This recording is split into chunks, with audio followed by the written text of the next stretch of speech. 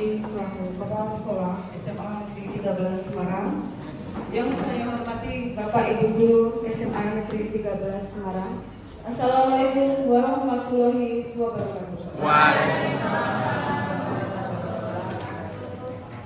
Baik, tiada ungkapan paling indah pada pagi hari ini selain rasa syukur kita kepada Allah Subhanahu wa Ta'ala karena diberi nikmat sehat sehingga kita bisa berkumpul di ruangan ini dalam acara diseminasi pembelajaran mendalam. Kita awali dengan baca suatu Fatihah nama Tuhan Al-Fatihah. Bismillahirrahmanirrahim. Alhamdulillahirabbil alamin arrahmanirrahim maliki yaumiddin. Di sanalah aku berdiri jadi pandu ibuku. Saya hormati selamat pagi. Tetap semangat. Matur suwun, terima kasih atas semangatnya. Pagi hari ini kita bisa melaksanakan kegiatan diseminasi untuk PM ya, pembelajaran mendalam.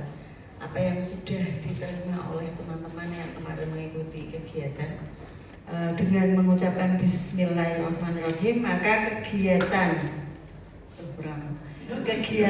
diseminasi pembelajaran mendalam SMA Negeri 13 Semarang tanggal 24 September 2025 saya nyatakan dibuka.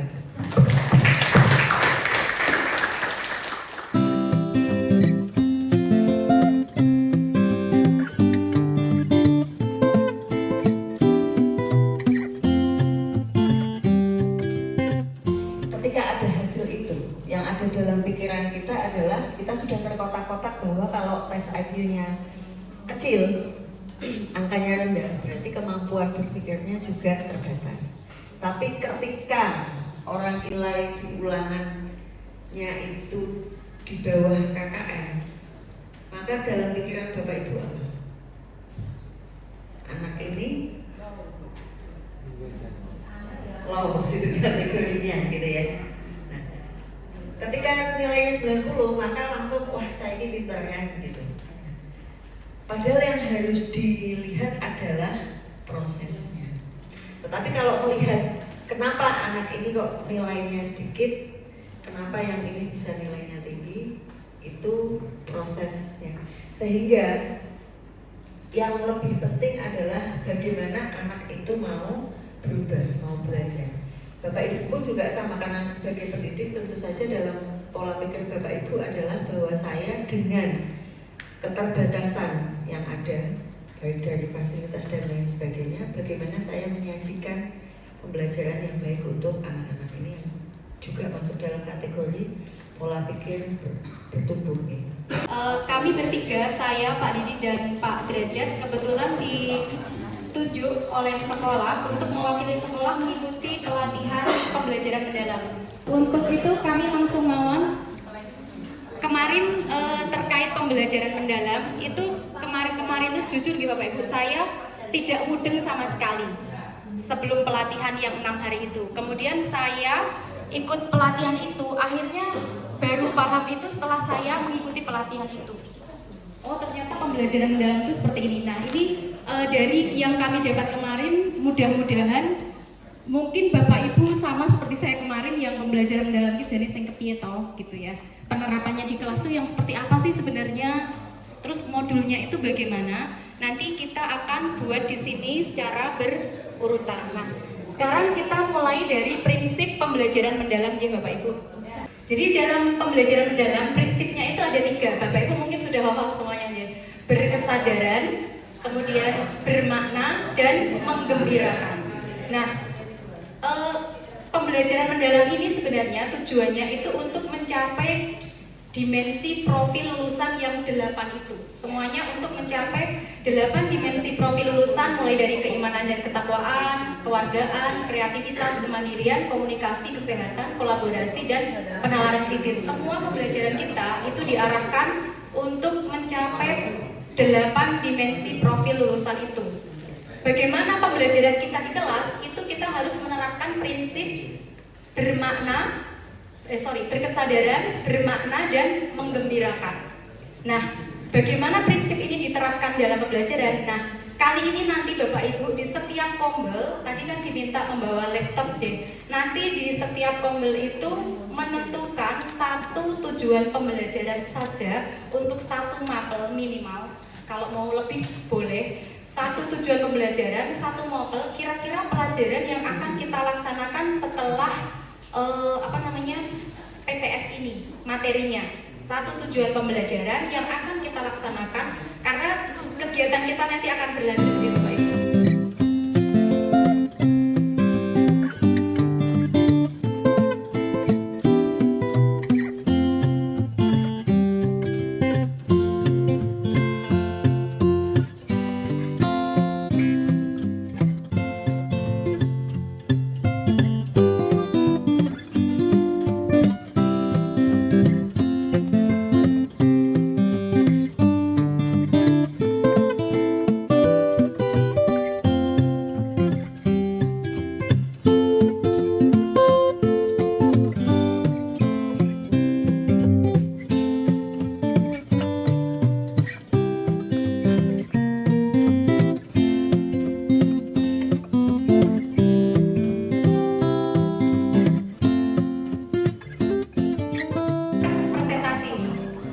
Jadi kalau modul ajar tuh nanti kita belum masuk ke modul ajar.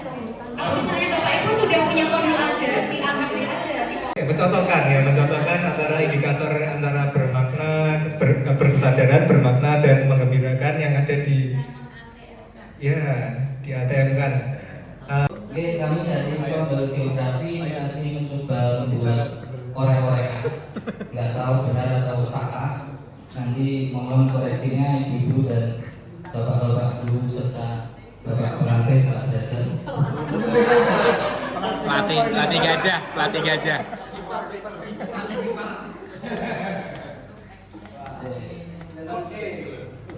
Oke, Bapak Ibu, di sini saya geografi dengan Pak Didik tadi berdiskusi. Kami punya tujuan pembelajaran itu tadi suruh satu Ibu Pak. Satu yaitu siswa memahami keuntungan peta geografis Indonesia. Ini ada di materi kelas 11 semester 1 ini. Nah, menurut diskusi kombel kami tadi, kegiatan berkesadaran yang bisa dilakukan di dalam ada di daerah Ternate Tidore itu rempah-rempahnya apa saja itu ditampilkan dalam peta itu. Kemudian siapa saja bangsa yang terlibat dan mengapa rempah-rempah itu menjadi komoditas yang mahal, nanti dijelaskan di dalam penjelasan peta digital itu. Nah kemudian mereka akan menyadari kami dari Kombel Pendidikan Pancasila dan Agama Islam, Kristen, Katolik. Sebelumnya minta maaf Mas Katam, kita akan sharing ya, terutama narasumber tadi pelatih Mas Derajat dan Mas Didi. Kaitannya dengan kesadaran bermakna, coba kesadaran bermakna. Kalau hemat kami atau hemat saya, bagaimana kalau kegiatan bermakna ini supaya tingkat imajinasinya dan intelektualnya lebih ada progres? Bagaimana kalau kegiatan bermakna itu dilakukan studi banding dengan bangsa lain? Ya, contoh begini, ya, geografis Indonesia. Namun cari negara-negara yang katakanlah mendekati kaitannya dengan geografisnya Indonesia katakanlah. Dan di situ bisa membandingkan atau mengadakan studi komparatif tentang apa yang ada di Indonesia dan apa yang di dunia internasional, kaitannya dengan satu hasil saja, satu hasil. Contohnya rempah-rempah tadi apa ya? Menikmati walaupun jauh dari sumbernya, pohonnya, asalnya. Jadi itu mungkin nyambung banget. Apalagi kalau digabungkan sama biologi, kayaknya connect banget itu. Nah, berarti nanti Bisa kolaborasi dengan biologi di Assalamualaikum warahmatullahi wabarakatuh. Mohon izin, sebenarnya materi ini sangat terkait dengan sejarah. Bahkan ini pembahasan kami sama ketik. Nah, yang saya lihat dari sini, dari segi geografi itu pembahasannya tentang petanya. Dari segi kami sejarah itu pembahasannya tentang sejarahnya. Nah, kalau tadi Bu Yani menjelaskan tentang rempah-rempahnya, itu berarti lebih ke sayanya, ke Oke, jadi Bapak Ibu di sini tadi yang disampaikan Bu Iva itu adalah prinsipnya. Jadi ada berkesadaran, bermakna, dan menggembirakan. Dan yang selanjutnya di pengalaman belajar ini juga ada 3 alurnya. Yang pertama adalah memahami, yang kedua mengaplikasikan, dan yang ketiga itu merefleksi. Nah, jadi ya bisa dilihat ya gambarnya itu dulu Pak. Nah, jadi pada intinya pembelajaran mendalam itu keseluruhannya ada di diagram ini. Nah, jadi ukuran besar tadi sudah ya. Nah, tadi yang prinsipnya itu yang ada di yang warna biru tersebut. Nah, prinsipnya kemudian ya sekarang mengarah ke yang lebih luarnya, yaitu memahami, mengaplikasi, dan merefleksikan. Nah, yang pertama pastinya Bapak Ibu itu dalam pembelajaran Bapak Ibu sudah mengaplikasikan ketiga hal tersebut. Cuma di sini kita akan mencoba memetakan saja di mana bagian yang memahami, bagian yang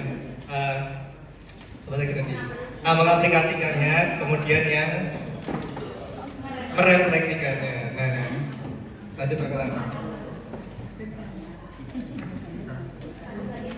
Lanjut Pak. Nah, ini masih refleksi. Nah itu Pak. Yang atasnya lagi satu Pak. Nah, jadi di sini secara definisinya memahami dalam pembelajaran mendalam adalah fase awal pembelajaran yang bertujuan membangun kesadaran. Jadi memahamkan dulu konsep apa yang dipelajari dalam pembelajaran tersebut. Nah, apa itu taksonomi Solo? Solo itu singkatan dari Structure of Observed Learning Outcomes. Nah, tahapannya apa? Tahapannya agak dibesarkan bisa Pak? Geser dulu kiri. Yang pertama itu prestruktural, kemudian unistruktural, kemudian multistruktural, lalu relasional, yang terakhir itu extended abstract. Ngerebut,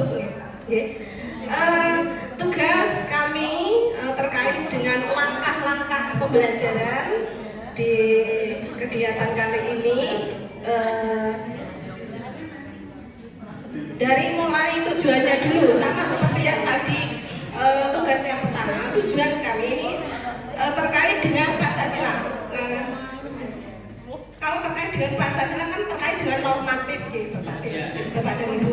Jadi tidak seperti dengan mungkin yang fisik. Ini kan normatif tidak kelihatan, tapi harus dilaksanakan. Inilah yang mungkin agak sulit bagi kami untuk mengaplikasikan atau memberikan materi ini kepada peserta didik.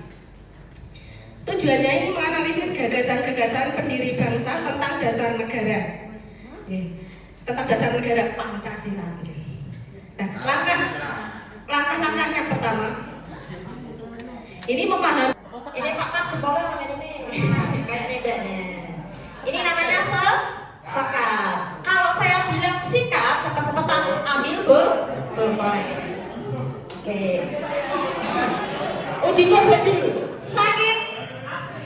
Sakit, sikat.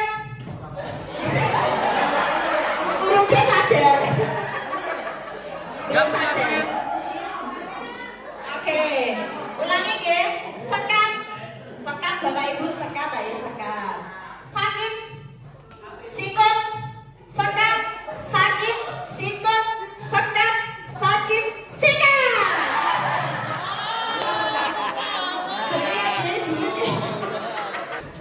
Ingin doa Bapak Ibu. Assalamualaikum warahmatullahi wabarakatuh. Para matur wonten ngacopan ya sedaya. Ini bukan tanggapan, Pak.